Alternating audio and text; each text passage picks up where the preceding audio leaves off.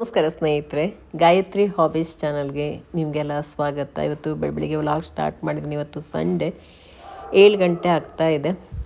ನನ್ನ ಯೋಗಾಸನ ಎಲ್ಲ ಮುಗಿಸ್ಬಿಟ್ಟು ಇವಾಗ ತಿಂಡಿ ಮಾಡೋಣ ಅಂತ ಬಂದೆ. ಆಲೂ ಪರೋಟ ಮಾಡೋಣ ಅಂತ ಅಂದ್ಕೊಂಡಿದ್ದೀನಿ. ಚೆನ್ನಾಗಿರುತ್ತೆ, ಮಕ್ಕಳಿಗಂತೂ ತುಂಬಾ ಇಷ್ಟ. ಅದಕ್ಕೆ ಇವಾಗ ಆಲೂಗಡ್ಡೆನ ಕ್ಲೀನಾಗಿ ತೊಗೊಂಡು ಬಂದಿದ್ದೀನಿ. ಬೇಯಿಸೋದಕ್ಕೆ ಇಡೋಣ ಅಂತೇಳಿ, ಸ್ವಲ್ಪ ಜಾಸ್ತಿನೇ ಬೇಯಿಸೋದಕ್ಕೆ ಇಡೋಣ ಅಂತ ಅಂದ್ಕೊಂಡೆ. ಇವಾಗ ಪರೋಟಕ್ಕಾಗತ್ತೆ. ಹಾಗೆ ಈವ್ನಿಂಗ್ ಟೈಮಲ್ಲಿ ಬೋಂಡ ಮಾಡೋಣ ಅಂತೇಳಿ, ಮಕ್ಕಳಿಗೆ ಬೋಂಡ ಕೂಡ ತುಂಬಾ ಇಷ್ಟ. ಇವತ್ತಿನ ವ್ಲಾಗ್ ನೋಡೋದಕ್ಕಿಂತ ಮುಂಚೆ ಹೊಸಬರಾಗಿದ್ದರೆ ಸಬ್ಸ್ಕ್ರೈಬ್ ಮಾಡಿ, ಪಕ್ಕದಲ್ಲಿರುವಂಥ ಬೆಲ್ ಐಕಾನನ್ನು ಪ್ರೆಸ್ ಮಾಡಿ. ನಾನು ಮುಂದೆ ಹಾಕುವಂಥ ಎಲ್ಲ ವಿಡಿಯೋ ನೋಟಿಫಿಕೇಷನ್ ನಿಮಗೆ ಸಿಗುತ್ತೆ. ಮೈಕ್ ಹಾಕ್ಕೊಂಡೇ ನಾನು ಮಾತಾಡ್ತಾ ಅಡುಗೆ ಎಲ್ಲ ಮಾಡ್ತಾಯಿದ್ದೆ. ಆದರೆ ಹೊರಗಡೆ ಸೌಂಡ್ ತುಂಬ ಬರ್ತಾಯಿದೆ. ಬೆಳಗ್ಗೆ ಅಂತೂ ತುಂಬಾ ಸೌಂಡ್ ಇರುತ್ತೆ. ತರಕಾರಿ ಗಾಡಿ, ಹೂವು, ಅದು ಇದು ಅಂತ ಸೌಂಡ್ ಮೇಲೆ ಸೌಂಡ್ ಬರ್ತಾನೇ ಇರುತ್ತೆ. ಅದಕ್ಕೆ ನಾನೇನು ಮಾತಾಡಿದ್ದೀನೋ ಅದು ಸರಿಯಾಗಿ ಕೇಳಲ್ಲ. ಅದಕ್ಕೆ ಅದನ್ನ ಮ್ಯೂಟ್ ಮಾಡಿಬಿಟ್ಟೆ. ಇವಾಗ ಆಲೂಗಡ್ಡೆ ಬೇಯಿಸ್ಕೋತೀನಿ ಮೊದಲು. ಅಲ್ಲಿವರೆಗೆ ಡಿಶ್ ವಾಷರಲ್ಲಿ ಪಾತ್ರೆ ತೊಳೆಯೋದಕ್ಕೆ ಹಾಕ್ಕೊಂಡಿದ್ದೀನಿ. ಪಾತ್ರೆ ಎಲ್ಲ ತೊಳೆದಾಗಿದೆ. ನೈಟ್ ಮಲಗುವಾಗಲೇ ಪಾತ್ರೆ ತೊಳೆಯೋದಕ್ಕೆ ಹಾಕಿಬಿಟ್ಟು ಮಲ್ಕೊಂಡಿದ್ದೆ. ಎಲ್ಲ ತೊಳೆದಿಟ್ಟಿದ್ದೆ. ಇವಾಗ ಅದೆಲ್ಲ ತೆಗೆದು ಅದರ ಜಾಗದಲ್ಲಿ ಇಟ್ಕೋಬೇಕು. ಡಿಶ್ ವಾಷರ್ ತೊಗೊಂಡಿದ್ದು ತುಂಬ ಅನುಕೂಲ ಆಗಿದೆ ನನಗೆ.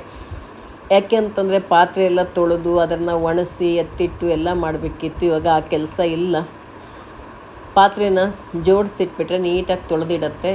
ಮತ್ತು ಅದು ಡ್ರೈ ಕೂಡ ಆಗಿರುತ್ತೆ. ಮತ್ತು ಅದನ್ನ ಆಚೆ ಬಿಸಿಲಲ್ಲಿ ಒಣಗಿಸ್ಬೇಕು ಅಥವಾ ಬುಟ್ಟಿ ಒಳಗಡೆ ಎಲ್ಲ ಇಟ್ಟು ನೀರೆಲ್ಲ ಆರಿದ ಮೇಲೆ ತೆಗೆದಿಡಬೇಕು ಅನ್ನೋ ಸಮಸ್ಯೆ ಇಲ್ಲ. ನೀರೆಲ್ಲ ಆರಿರುತ್ತಲ್ಲ, ಅದು ಡ್ರೈ ಆಗಿರುತ್ತಲ್ಲ, ಆರಾಮಾಗಿ ಎತ್ತಿ ಅದರ ಜಾಗದಲ್ಲಿ ಇಟ್ಕೋಬೋದು. ಚೆನ್ನಾಗಾಗತ್ತೆ. ನಾನು ಕುಕ್ಕರ್ ಗ್ಯಾಸ್ಕೆಟ್ನ ಬೇಗ ಹಾಳಾಗಬಾರ್ದು ಅಂತೇಳಿ ಫ್ರೀಝರಲ್ಲಿ ಇಡ್ತೀನಿ. ತುಂಬ ಚೆನ್ನಾಗಿರುತ್ತೆ. ಇಲ್ಲ ಅಂತಂದರೆ ಅದು ಒಂಥರ ನೀರೆಲ್ಲ ಆಚೆ ಬರೋದು ಇದೆಲ್ಲ ಆಗಿಬಿಡತ್ತೆ. ಇದಾದರೆ ತುಂಬ ಚೆನ್ನಾಗಿರುತ್ತೆ. ನೀರಲ್ಲೂ ಇಟ್ಕೋಬೋದು ನಾವು. ನೀರಲ್ಲಿ ಇಡೋದಕ್ಕಿಂತ ಫ್ರೀಝರಲ್ಲಿ ಇಟ್ಟರೆ ಇನ್ನೂ ಚೆನ್ನಾಗಿರುತ್ತೆ, ಇನ್ನೂ ಹೆಚ್ಚಿನ ದಿನ ಬಾಳಿಕೆ ಬರುತ್ತೆ. ಅದಕ್ಕೋಸ್ಕರ ನಾನು ಫ್ರೀಝರಲ್ಲೇ ಇಟ್ಕೊಳ್ತೀನಿ. ಇವಾಗ ಕುಕ್ಕರ್ ಇಟ್ಕೊಂಡಿದ್ದಾಯಿತು. ಬನ್ನಿ ಪಾತ್ರೆ ಎಲ್ಲ ಯಾವ ಥರ ಜೋಡಿಸಿದ್ದೀನಿ ಅಂತ ತೋರಿಸ್ತೀನಿ. ಸುಮಾರಿಷ್ಟು ಪಾತ್ರೆನ ಆರಾಮಾಗಿ ತೊಳ್ಕೊಬೋದು. ದೊಡ್ಡ ದೊಡ್ಡ ಪಾತ್ರೆಗಳೆಲ್ಲ ಆರಾಮಾಗಿ ತೊಳೆದ್ಬಿಡ್ಬೋದು, ಏನೂ ಅನಿಸಲ್ಲ. ಈ ಸ್ಪೂನು ಮತ್ತು ಸೌಟು ಇದೆಲ್ಲ ಇರುತ್ತಲ್ಲ, ಚಿಕ್ಕ ಚಿಕ್ಕದು ತೊಳೆಯೋದ್ರೆ ತುಂಬ ಒಂಥರ ಬೇಜಾರು ಕೆಲಸ ಅಲ್ವಾ. ಇದರಲ್ಲಿ ಆರಾಮಾಗಿ ತೊಳೆದ್ಬಿಡತ್ತೆ ಮತ್ತು ಕ್ಲೀನ್ ಆಗುತ್ತೆ. ತುಂಬ ಅಂದರೆ ತುಂಬಾ ಕ್ಲೀನ್ ಆಗುತ್ತೆ. ಮತ್ತು ಒಣಗಿಸಿಡಬೇಕು ಅನ್ನೋ ಸಮಸ್ಯೆ ಕೂಡ ಇಲ್ಲ. ಎತ್ತಿಟ್ಬಿಟ್ರೆ ಆಯಿತು. ರಾತ್ರಿ ಮಲಗುವಾಗ ಹಾಕಿಟ್ರೆ ಬೆಳಿಗ್ಗೆ ಎಲ್ಲ ಪಾತ್ರೆ ನೀಟಾಗಿ ತೊಳೆದಿಟ್ಟಿರುತ್ತೆ. ಒಂಥರ ಚೆನ್ನಾಗಿರುತ್ತೆ. ನನಗೆ ಡಿಶ್ ವಾಷರ್ ತೊಗೊಂಡಿದ್ದು ತುಂಬ ಒಳ್ಳೆಯದಾಯಿತು ಅಂತ ಅನ್ನಿಸ್ತು. ಇಲ್ಲಾಂದರೆ ನನಗೆ ಪಾತ್ರೆ ತೊಳೆಯೋದಕ್ಕೆ ತುಂಬ ಟೈಮ್ ಬೇಕಾಗ್ತಾಯಿತ್ತು. ಇವಾಗ ಅಷ್ಟು ಟೈಮ್ ಬೇಕಾಗಲ್ಲ. ಅದನ್ನ ಜೋಡಿಸಿಡಬೇಕು ನಾವು. ನೀರಲ್ಲಿ ನೆನೆಸಿಟ್ಕೊಂಡ್ಬಿಟ್ಟು ಆಮೇಲೆ ಜೋಡಿಸಿಡಬೇಕು. ಕೆಲಸವ್ರು ಬಂದರೂ ಅಷ್ಟೇ ಅಲ್ವಾ, ನೀರಲ್ಲಿ ನೆನೆಸಿಡಲೇಬೇಕಾಗತ್ತೆ. ನಾವೇ ತೊಳೆಯೋದಾದರೂ ನೆನೆಸಿಟ್ಕೊಂಡೇ ತೊಳಿಬೇಕು. ಆಗಲೇ ತೊಳಿತೀವಿ ಅಂದರೆ ನೆನೆಸೋದು ಬೇಕಾಗಲ್ಲ. ಇಲ್ಲಾಂದರೆ ನೆನೆಸಲೇಬೇಕಾಗತ್ತೆ. ಇಲ್ಲ ಎಲ್ಲ ಗಟ್ಟಿ ಆಗಿಬಿಟ್ರೆಲ್ಲ ನೀಟಾಗಿ ಕ್ಲೀನ್ ಆಗಲ್ಲ. ಈ ಲೋಟಗಳು, ಪ್ಲೇಟ್ ಇವೆಲ್ಲ ಜಾಸ್ತಿ ನಾವು ಗಟ್ಟಿಯಾಗಿ ಏನು ಹಿಡಿದುಕೊಂಡಿರಲ್ವಲ್ಲ, ಆ ಥರದ್ದೆಲ್ಲ ಹಾಕುವಾಗ ಬರೀ 15 ನಿಮಿಷಕ್ಕೆ ನಾವು ತೊಳ್ಕೊಬೋದು.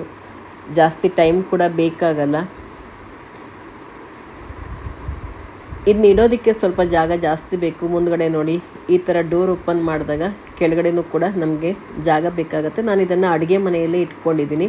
ಅಡುಗೆ ಮನೆ ಸಿಂಕಿನ ಪಕ್ಕನೇ ಇಟ್ಕೊಂಡ್ರೆ ಪಾತ್ರೆಗಳನ್ನು ಅಲ್ಲಿಂದ ಎತ್ತಿಬಿಟ್ಟು ಇದರಲ್ಲಿ ಇಡೋದಕ್ಕೆ ಚೆನ್ನಾಗಿರುತ್ತೆ ಅಂತ ಹೇಳಿಬಿಟ್ಟು ಸ್ವಲ್ಪ ತೊಳೆಸ್ಬಿಟ್ಟು ಇದಕ್ಕೆ ಹಾಕ್ಬೋದಲ್ಲ ಅಂಥೇಳಿ ಅಲ್ಲೇ ಪಕ್ಕದಲ್ಲೇ ಇಟ್ಕೊಂಡಿದ್ದೀನಿ. ದೂರ ಇಲ್ಲೇ ಇಟ್ಕೊಂಡ್ರೆ ಅದನ್ನ ಎತ್ಕೊಂಡು ಹೋಗಿ ಅಲ್ಲಿ ಜೋಡಿಸೋದು ಇದೆಲ್ಲ ಸಮಸ್ಯೆ ಆಗುತ್ತೆ.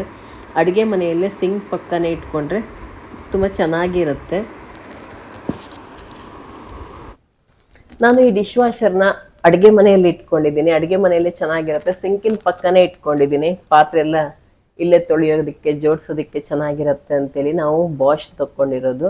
ತುಂಬ ಚೆನ್ನಾಗಿದೆ ಡಿಶ್ ವಾಷರ್ ಮಾತ್ರ. ಇವಾಗ ನೋಡಿ ಇಲ್ಲಿ ಇದಕ್ಕೆ ಮುಂದ್ಗಡೆ ಜಾಗ ಬೇಕಾಗತ್ತೆ. ಯಾಕೆಂದರೆ ಡೋರ್ ಓಪನ್ ಮಾಡ್ತೀವಲ್ಲ, ಅದಕ್ಕೆ ಜಾಗ ಬೇಕು. ಇಲ್ಲಿ ಕೆಳಗಡೆ ಎಲ್ಲ ನಾನು ಪ್ಲೇಟ್ಸು, ಮತ್ತು ಇಲ್ಲಿ ಊಟದ ಬಟ್ಲೆಲ್ಲ ಇರುತ್ತಲ್ಲ, ಊಟದ ತಟ್ಟೆ ಆ ಥರ ಎಲ್ಲ ಇಲ್ಲಿ ಜೋಡಿಸ್ಕೋಬೋದು. ಆಮೇಲೆ ಪಾತ್ರೆನ ಇಲ್ಲಿವರೆಗೆ ಇಷ್ಟು ಹೈಟ್ವರೆಗೂ ನಾವು ಜೋಡಿಸ್ಕೋಬೋದು. ಇದಕ್ಕೆ ಟಚ್ ಆಗಬಾರ್ದು, ಅಲ್ಲಿವರೆಗೆ ಜೋಡಿಸ್ಕೋಬೋದು, ತೊಂದರೆ ಇಲ್ಲ. ಇಲ್ಲೆಲ್ಲ ದೊಡ್ಡ ದೊಡ್ಡ ಪಾತ್ರೆಗಳನ್ನೆಲ್ಲ ಇಲ್ಲಿ ಹಾಕಿದ್ದೀನಿ, ಇಲ್ಲಿ ಜೋಡಿಸಿದ್ದೀನಿ. ಇಲ್ಲಿ ಲೋಟ ಮತ್ತು ಚಿಕ್ಕದೆಲ್ಲ ಇಲ್ಲಿ ಜೋಡಿಸ್ಕೊಂಡಿದ್ದೀನಿ. ಆನಂತರ ಇಲ್ಲಿ ಸ್ಪೂನು ಮತ್ತು ಸೌಟು ಇದೆಲ್ಲ ಇರುತ್ತಲ್ಲ, ಇಲ್ಲಿ ಒಂಥರ ಚೆನ್ನಾಗಿರುತ್ತೆ. ಇಷ್ಟು ಟೈಮ್ ಸೇವ್ ಆಗುತ್ತೆ. ಮತ್ತು ಸೋಪ್ ಎಲ್ಲ ಮುಟ್ಬೇಕಂತಿಲ್ಲ. ಒಂದು ಸ್ವಲ್ಪ ತುಂಬ ಗಟ್ಟಿಯಾಗಿ ಹಿಡ್ಕೊಂಡಿರೋದು ಆ ಥರ ಎಲ್ಲ ಕ್ಲೀನ್ ಆಗಲ್ಲ, ಇಲ್ಲ ಅಂದರೆ ಆರಾಮಾಗಿ ತೊಳೆಯುತ್ತೆ. ಇವಾಗ ಇದೆಲ್ಲವನ್ನ ಈಗ ಎತ್ತಿಟ್ಕೊಳ್ತೀನಿ. ರಾತ್ರಿ ಮಲಗುವಾಗ ಎಲ್ಲ ನೀಟಾಗಿ ಜೋಡಿಸ್ಬಿಟ್ರೆ ಬೆಳಿಗ್ಗೆ ಆಗೋವರೆಗೆ ನಮ್ಗೊಂಥರ ಚೆನ್ನಾಗಿ ಕ್ಲೀನ್ ಆಗಿರತ್ತಲ್ಲ, ಜೋಡಿಸಿಟ್ಕೊಳ್ಳೋಕ್ಕೂ ಚೆನ್ನಾಗಾಗತ್ತೆ. ಮತ್ತು ಪಾತ್ರೆಗಳೆಲ್ಲ ತುಂಬಾ ಕ್ಲೀನ್ ಆಗುತ್ತೆ. ನೋಡ್ಬೋದು ನೀವು, ನೋಡಿ ಎಷ್ಟು ಚೆನ್ನಾಗಿ ಒಳ್ಳೆ ಪಳಪಳ ಅಂತ ಹೊಳಿತಾ ಇರುತ್ತೆ. ಇವಾಗ ಪಟಾಪಟ ಅಂತ ಇದನ್ನೆಲ್ಲ ಜೋಡಿಸ್ಕೊಂಡ್ಬಿಡ್ತೀನಿ ನಾನು.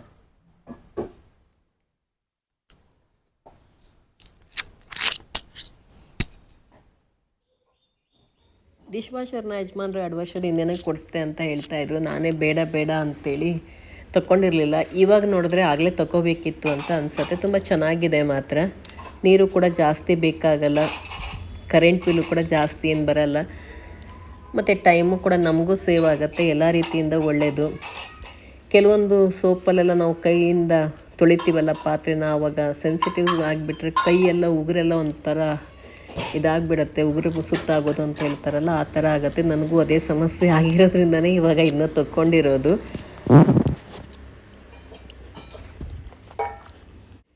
ಡಿಶ್ ವಾಷರ್ಗೆ ಬೇಕಾಗುವಂಥ ಐಟಮ್ನ 1 ವರ್ಷದವರೆಗೆ ಬೇಕಾಗುವಷ್ಟನ್ನು ನಾನು ಈಗಾಗಲೇ ತೊಗೊಂಡು ಇಟ್ಕೊಂಡ್ಬಿಟ್ಟಿದ್ದೀನಿ.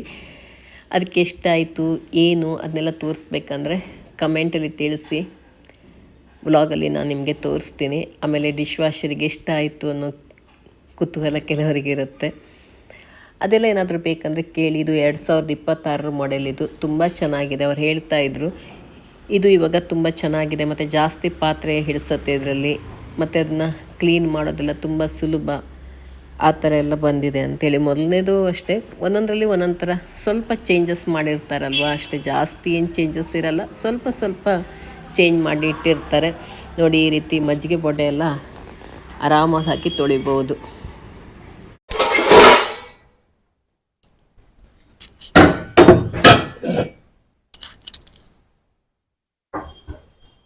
ಈ ಎಣ್ಣೆ ಅಂಶದೆಲ್ಲ ತುಂಬ ಚೆನ್ನಾಗಿ ನೀಟಾಗಿ ತೊಳೆಯೋಕೆ ಆರಾಮ. ಇದು ಬಿಸಿ ನೀರಲ್ಲಿ ತೊಳೆಯತ್ತಲ್ಲ, ಅದಕ್ಕೋಸ್ಕರ ಅಲ್ಲಿವರೆಗೆ ಕುಕ್ಕರ್ ಕೂಡ ನೋಡಿ ಸೀಟಿ ಹೊಡಿತಾ ಇದೆ. ಈಗ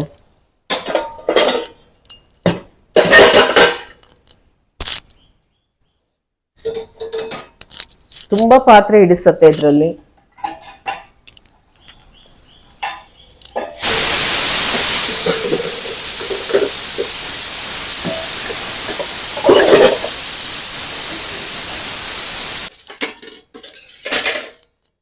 ಈ ಥರ ಲೋಟಗಳು, ಚಿಕ್ಕ ಚಮಚಗಳು, ಮತ್ತು ಸೌಟು, ಚಿಕ್ಕ ಪ್ಲೇಟ್ಗಳು, ಇವೆಲ್ಲ ತೊಳೆಯುವಾಗ ಸ್ವಲ್ಪ ಬೇಜಾರಲ್ಲ. ದೊಡ್ಡ ಪಾತ್ರೆನ ತೊಳೆದು ಬಿಡ್ಬೋದು. ನೋಡಿ, ಪಾತ್ರೆನೆಲ್ಲ ಏನು ಚೆನ್ನಾಗಿ ಪಳಪಳ ಅಂತ ಹೊಳಿತಾ ಇದೆ. ತುಂಬ ನೀಟಾಗಿ ಕ್ಲೀನ್ ಆಗುತ್ತೆ. ಮಾತ್ರ ಬಿಸಿ ನೀರಲ್ಲಿ ತೊಳೆಯತ್ತಲ್ಲ, ಒಳ್ಳೆ ಪಳಪಳ ಅಂತಿರುತ್ತೆ. ಸೌಟು, ಚಮಚ ಎಲ್ಲ ನೋಡ್ಬೋದು ಎಷ್ಟು ಚೆನ್ನಾಗಿ ಹೊಳಿತಾ ಇದೆ. ಆಲೂಗಡ್ಡೆ ಚೆನ್ನಾಗಿ ಬೆಂದಿದೆ. ಇವಾಗ ಸಿಪ್ಪೆಲ್ಲ ತೆಕ್ಕೊಂಬಿಟ್ಟು ಇದನ್ನ ಕೈಯಲ್ಲಿ ಚೆನ್ನಾಗಿ ನುರ್ಕೊಂಬಿಡ್ತೀನಿ. ಇವಾಗ ಪಲ್ಯ ಕೂಡ ರೆಡಿ ಆಯಿತು. ಹಾಗೆ ಪರೋಟ ಮಾಡೋದಕ್ಕೆ ನಾನಿಲ್ಲಿ ಗೋಧಿ ಹಿಟ್ಟು ಕೂಡ ಕಲಸಿಟ್ಕೊಂಡಿದ್ದೀನಿ. ಒಂದು ಅರ್ಧ ಗಂಟೆ ನೆನೆಲಿ ಅಂತ ಬಿಟ್ಟಿದ್ದೀನಿ. ಇಲ್ಲಿ ಅಮ್ಮ ಆಲೂ ಪರೋಟ ಮಾಡ್ತಾ ಇದ್ದಾರೆ. ಇವತ್ತು ಸಂಡೇ, ಸೊ ಸ್ವಲ್ಪ ಲೇಟ್ ಆಗಿದೆ. ದಿನ ನೀವು ಸ್ಕೂಲಿಗೆ ಹೋಗ್ತಾ ಇದ್ರಲ್ಲಿ ಗಡ್ಬಡೆ ತಿನ್ಕೊತಿದ್ದೆ, ತರ ಮತ್ತೇನು ಹೇಳಿ ಮಾಡ್ತಾ ಇದ್ದೆ. ಇಷ್ಟನಲ್ಲ ನಿಮಗೆ ಆರ್ಷಿಗೆ? ನನಗೆ ಆರ್ಷಿಗೆ ತುಂಬ ಇಷ್ಟ. ಸೊ ಇವತ್ತು ಸ್ವಲ್ಪ ಆರಾಮ್ಸೆ ಕೂತ್ಕೊಂಡು ತಿನ್ಬೇಕು. ಆ್ಯಂಡ್ ಅದು ಹಿಟ್ಟು ಉಳಿದ್ರೆ ಅಮ್ಮ ಸಂಜೆ ಬೋಂಡ ಮಾಡಿಬಿಡ್ತೀನಿ ಆ ಥರ ಹೇಳಿದ್ರು. ಅದಕ್ಕೆ ಜಾಸ್ತಿನೇ ಮಾಡಿಕ್ಕಿದೆ ಸಂಡೇ. ಇವತ್ತು ಸಂಜೆ ಬೋಂಡ, ಒಂಥರ ಮಳೆ ವೆದರ್ ಬೇರೆ ಇರ್ತದಕ್ಕೆ. ಬೆಂಗಳೂರು ವೆದರ್ ಅಂತೂ ಯಾವನೇ ನಾನು ನೆನ್ನೆ ಕಾಲೇಜಲ್ಲಿ ನೋಡ್ತಿದ್ದೆ, ಸಡನ್ನಾಗಿ ಮಳೆ ವಾಪಸ್ ಶುರುವಾಗುತ್ತೆ, 5 ನಿಮಿಷಕ್ಕೆ ಸ್ಟಾಪ್ ಆಗುತ್ತೆ. ಊರಂಗೆ ರಾಶಿ ಮಳೆ ಇರ್ತೀನಿ ಅಲ್ಲಿ ಇಲ್ಲೂ ಸುಮಾರು ಇದ್ದೆ. ಸಡನ್ಲಿ ಯಾವ ಥರ ಕತ್ಲೆ ಆಗಿತ್ತು ಅಂದರೆ 12 ಗಂಟೆ ಅಷ್ಟೊತ್ತಿಗೆ ಫುಲ್ ಕತ್ಲೆ ಹೋಗಿತ್ತು. 5 ನಿಮಿಷ ಕಡೆಗೆ ಇದಾಗುತ್ತೆ, ಮಳೆ ಹೋಗುತ್ತೆ. ನಿನ್ನೆ ನಾನು ಹೂವಿನ ಗಿಡಕ್ಕೆಲ್ಲ ಚಲೋ ಮಳೆ ಸಿಕ್ಕಿದ್ದು. ಇನ್ನು ನೆಂದು ಇಲ್ಲ. ಬ್ರಹ್ಮಕಮಲ ಅಂತೂ ಎಷ್ಟು ಮೊಗ್ಗು ಬಿಟ್ಟಿದ್ದು ಮೇಲೆ. ದಿವಸ ಬ್ರಹ್ಮಕಮಲ ಆಗ್ತಿದ್ದು 3-4 ತಿಂಗಳತ್ತು. ದಿನವೂ ಬ್ರಹ್ಮಕಮಲ, ದಿನವೂ ಹಬ್ಬ ಇದ್ದಂಗೆ. ಕಟ್ ಮಾಡಿ ಇದು ಒಬ್ಬಟ್ಟು ಮಾಡ್ದಂಗೆ ಆಲೂಗಡ್ಡೆ ಪಲ್ಯನ ಚಪಾತಿ ಹಿಟ್ಟು ಕಲಸಿ ತುಂಬ ಒಳ್ಳೆ ರುಚಿ. ಕೆಲವು ಸಾರಿ ಮಸಾಲೆ ಮಾಡ್ತೀನಿ, ಕೆಲವು ಸಾರಿ ಈ ಟೈಪ್ ಮಾಡ್ತೀನಿ. ಇದಕ್ಕೆ ಸ್ವಲ್ಪ ಟೈಮ್ ಜಾಸ್ತಿ ಬೇಕು ಈ ಥರ ಮಾಡುವಾಗ.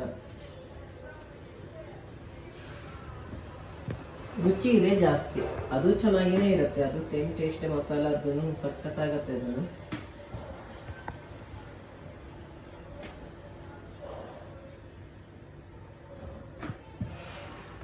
ಉತ್ತರಾಖಂಡಿಗೆ ಹೋದಾಗ ಎಷ್ಟು ಆಲೂ ಪರೋಟ ತಿಂದಿದ್ದು ಅಲ್ಲ, ಅದೇ ಸ್ಪೆಷಲ್ ಆಗ್ತಿತ್ತು. ಮತ್ತೆ ಚಳಿಲಿ ಹೊರಗಡೆ ಕುತ್ಕೊಳ್ತೀವಿ ಆ ಥರ ಅರ್ಥ. ಆಲೂ ಪರೋಟ ಬೇಯಿಸು.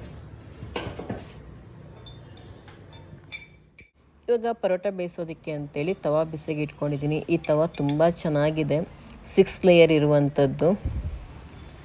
ಕಾದಿದ್ರೆ ತುಂಬ ಚೆನ್ನಾಗಿ ಕಾದತ್ತೆ. ಅದು ಗ್ರಾನೈಟ್ ಇದಂತ ಹೇಳ್ತಾ ಇದ್ರು ತೊಗೊಳಕ್ಕೆ ಹೋದಾಗ. ತುಂಬ ಚೆನ್ನಾಗಿ ಬರ್ತಾ ಇದೆ, ನಾನಂತೂ ಬಳಸಿ ನೋಡ್ತಾ ಇದ್ದೀನಲ್ಲ. ನಮ್ಮ ಸೈಡ್ ಬೆಂದಿದೆ, ಹೀಗೆ ಹಾಕ್ತಾಳೆ.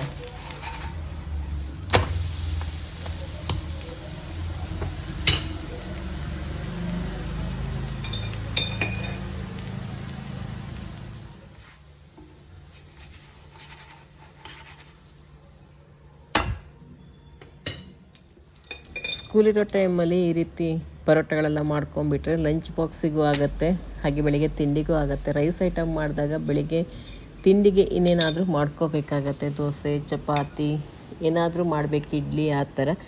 ಇದಾದರೆ ಬೆಳಿಗ್ಗೆ ತಿಂಡಿಗೂ ಕೂಡ ಆಗುತ್ತೆ.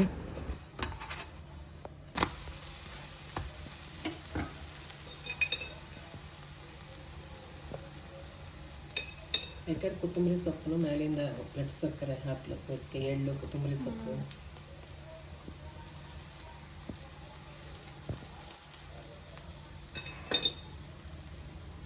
ಎರಡೂ ಕಡೆ ಬೇಯಿಸ್ಕೊಂಡಿದ್ದಾಗಿದೆ.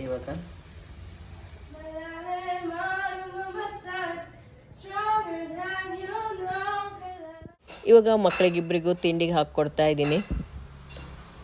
ಉಪ್ಪಿನಕಾಯಿ ಮತ್ತು ಮೊಸರು ಜೊತೆಗೆ ತುಂಬಾ ಚೆನ್ನಾಗಿರುತ್ತೆ. ಬೇರೆ ಏನು ಬೇಕು ಅಂತಿಲ್ಲ, ಇದಕ್ಕೆ ಎಲ್ಲನೂ ಹಾಕಿರ್ತೀವಲ್ಲ ಇದಕ್ಕೇ. ಆನಂತರ ಆರುಷಿಗೆ ಹೇರ್ ಕಟ್ ಮಾಡಿಸ್ಕೊಂಡು ಬರೋಣ ಅಂತೇಳಿ ಕರ್ಕೊಂಡು ಬಂದಿದ್ದಾಯಿತು ಸೆಲೂನಿಗೆ. ಅವಳಿಗೆ ಕೂದಲು ತುಂಬ ಚೆನ್ನಾಗಿದೆ, ತುಂಬ ಉದ್ದ ಕೂಡ ಇತ್ತು. ನೋಡಿ ಅಲ್ಲಿ ಕಟ್ ಮಾಡಿ ಹಾಕಿದ್ದಾರೆ, ನೋಡಿದ್ರೇ ಒಂಥರ ಹೊಟ್ಟೆ ಉರಿ ಆಗ್ತಾಯಿತ್ತು. ಯಾಕೆಂದರೆ ನನಗಷ್ಟೊಂದು ಕೂದಲು ಇರಲಿಲ್ವಲ್ಲ, ಬೇಡ ಬೇಡ ಅಂತ ಹೇಳ್ತಾ ಇದ್ದೆ. ಅವಳು ಉದ್ದ ಗಿಡ್ಡ ಇದೆ ಅಂತ ಬಿಟ್ಟು ಕಟ್ ಮಾಡಿಸ್ಕೊಂಡ್ಳು. ಅಲ್ಲಿಂದ ಬಂದಮೇಲೆ ಸ್ನಾನ ಎಲ್ಲ ಮಾಡಿಕೊಂಡು ಬೋಂಡ ಕರೆದೆ, ಅದ್ರ ಜೊತೆಗೆ ಕಾಯಿ ಚಟ್ನಿ ತುಂಬಾ ಚೆನ್ನಾಗಿತ್ತು. ಹಾಗೆ ನೋಡಿ ಇಲ್ಲಿ ನಮ್ಮ ಲಕ್ಕಿ ವಾಪಸ್ ತಿರುಗಿ ಬಂದಿದ್ದಾನೆ. ಎಲ್ಲೋ ಹೋಗಿ ಸುಮಾರು ದಿವಸ ಆಗಿತ್ತು, ಮತ್ತೆ ಮನೆ ಹುಡ್ಕೊ ಬಂದಿದ್ದಾನೆ. ಇವನು 2 ವಾರ ಮನೆ ಬಿಟ್ಟು ಹೋಗ್ಬಿಟ್ಟಿದ್ದ, ಎಲ್ಲೋ ಕಾಣಿಸ್ತಿರ್ಲಿಲ್ಲ. ಇವಾಗ ಬಂದಿದ್ದಾನೆ ನೋಡಿ, ಅಣ್ಣ ತಮ್ಮ ಜೋಡಿ. ಈಗ ಬಂದುಬಿಟ್ಟು ನನ್ನ ಕಾಲು ತಿಕ್ತಾ ಇದ್ದಾನೆ.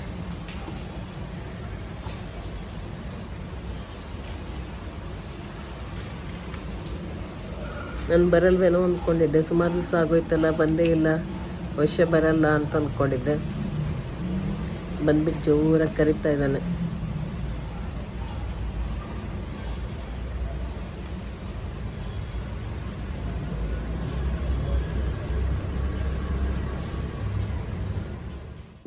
ಇಷ್ಟು ದಿವಸ ಎಲ್ಲೋಗಿದ್ದೆ ಅಂತ ಹೊಡೆದ್ಬಿಡ್ತೀವೇನೋ ಅಂತ ತುಂಬ ಭಯ ಆಗಿ ಒಂದು ಮೂಲೆಯಲ್ಲಿ ಕೂತ್ಕೊಳ್ತಾ ಇದ್ದ. ಹತ್ತಿರ ಹೋದ್ರೇ ಓಡ್ತಾ ಇದ್ದ. ಆಮೇಲೆ ನಿಧಾನಕ್ಕೆ ಬಂದು ನನ್ನ ಕಾಲನ್ನ ತಿಕ್ತಾ ಮ್ಯಾವ್ ಮ್ಯಾವ್ ಅಂತ ಹಿಂದೆ ಮುಂದೆ ಸುಳಿದಾಡಿ ಹಾಗೆ ನಿಧಾನಕ್ಕೆ ಮನೆ ಹತ್ರ ಬರೋಕ್ಕೆ ಸ್ಟಾರ್ಟ್ ಮಾಡ್ದೆ. ಇಲ್ಲ ಅಂತಂದರೆ ಮನೆ ಬಾಗಿಲ ಹತ್ರ ಬಂದು ಜೋರಾಗಿ ಕಿರ್ಚಾಡ್ತಾ ಇದ್ದ ದಿವಸ. ಇವಾಗ ಹಾಗೆ ಮಾಡಿಲ್ಲ, ಅವನಿಗೆ ಭಯ ಆಗಿಬಿಟ್ಟಿದೆ, ಚೆನ್ನಾಗೇನೋ ಬೀಳತ್ತೆ ಅಂತ ಅಂದ್ಕೊಂಡಿದ್ದ. ಹಾಗೆ ನೋಡಿ ದಾಸವಾಳ ಹೂವು ಎಷ್ಟೊಂದಾಗಿದೆ, ಸುಮಾರಿಷ್ಟು ಗಿಡದಲ್ಲಿ ಬಿಟ್ಟಿದ್ದೆ, ಚೆನ್ನಾಗಿ ಕಾಣಿಸ್ತಾ ಇತ್ತು. ಹಾಗೆ ಒಂದು ವಿಡಿಯೋ ಮಾಡ್ಕೊಳ್ಳೋಣ ಅಂಥೇಳಿ ಬಂದು ಮಾಡ್ತಾಯಿದ್ದೆ. ಎಲ್ಲ ಗಿಡದಲ್ಲೂ ತುಂಬ ಚೆನ್ನಾಗಿ ಹೂಗಳಿಂದ ತುಂಬಿಕೊಂಡಿದೆ. ಆದರೆ ಒಂದೇ ಒಂದು ಸಮಸ್ಯೆ ಆಗಿಬಿಟ್ಟಿದೆ, ಇವಾಗ ಮೊಗ್ಗು ಎಷ್ಟು ಚೆನ್ನಾಗಾದರೂ ಹೂ ಇಟ್ಕೊಳ್ಳೋದೇ ಕಷ್ಟ. ಮಂಗಗಳು ತುಂಬಾ ಬರೋದಕ್ಕೆ ಸ್ಟಾರ್ಟ್ ಆಗಿಬಿಟ್ಟಿದೆ. ಅದಕ್ಕೇನಾದರೂ ಪರಿಹಾರ ಇದ್ದರೆ ಹೇಳಿ.